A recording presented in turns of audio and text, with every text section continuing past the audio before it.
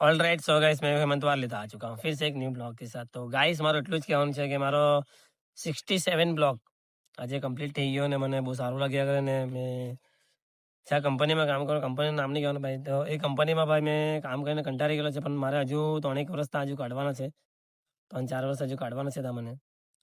ને મારે બધાના પૈસા બધા જ્યાંથી લીધેલા છે ત્યાંથી મને પૈસાની બાકી બધી વારવાની છે, તો તેમના લીધે ત્યાં લગીને મને મહેનત તો કરવા જ પડશે. ત્યાં બી ના અહીંયા બી મહેનત કરવા જ પડશે, કેમ કે ગાઈસ મને તો કોઈ જોવાનું મળે નહીં, કેમ કે કોઈ ખવડાવવા આપણાને આવે નથી ગાઈસ, ને કોઈ બી આપણાને આપવા નહીં આવે ભાઈ ગાઈસ. તો આપણે પોતાએ દમ પર ઊભી રહીને ગાઈસ કામ કરવાનું છે ને પોતાએ ઘરમાં પૈસા લાવવાના છે કમાઈને.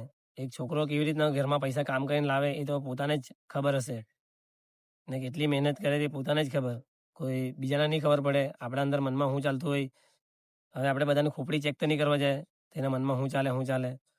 હવે પોતપોતાની મનમાં બધા અલગ અલગ વિચારો રહી, તો આપણે તે વિચાર તો આપણે કોઈના વાંચવા તો નહીં જાય. પણ આજે મારા આજે જે થઈ રહ્યું પણ તે કોઈને મેં કહી નહીં શકું, પણ આજે રિયાલિટીમાં લાવેલો એક દોસ્તાર મને એ જગા પર લાવીને મૂકી ગયો. આજે આ બ્લોગ બનાવ્યા કરું મેં એના તરફથી જ મેં બનાવ્યા કરું, એના લીધે જ બનાવ્યા કરું. તો આજે મેં સક્સેસ થયો એના લીધે જ, કે પોતાની કંઈ ભૂલ હોય તો અહીંયા આપણે કહેવાનું કે આજે મારાથી ગલતી થઈ ગયેલી, આજે મારાથી આ વસ્તુ થઈ ગયેલું.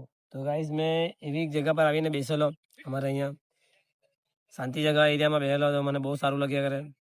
ગાઈઝ એ મેં તમને કહેવા હજુ આવાલા નેક્સ્ટ વિડીયોમાં તમને કહેવા. તો ગાઈઝ મારો વિડીયો તમને સારો લાગ્યો તો લાઈક કરજો, અને વધારે શેર કરજો, અને મારું ચેનલને તમે સબસ્ક્રાઈબ કરજો. ચાલો આપણે મળીએ નેક્સ્ટ વિડીયોમાં.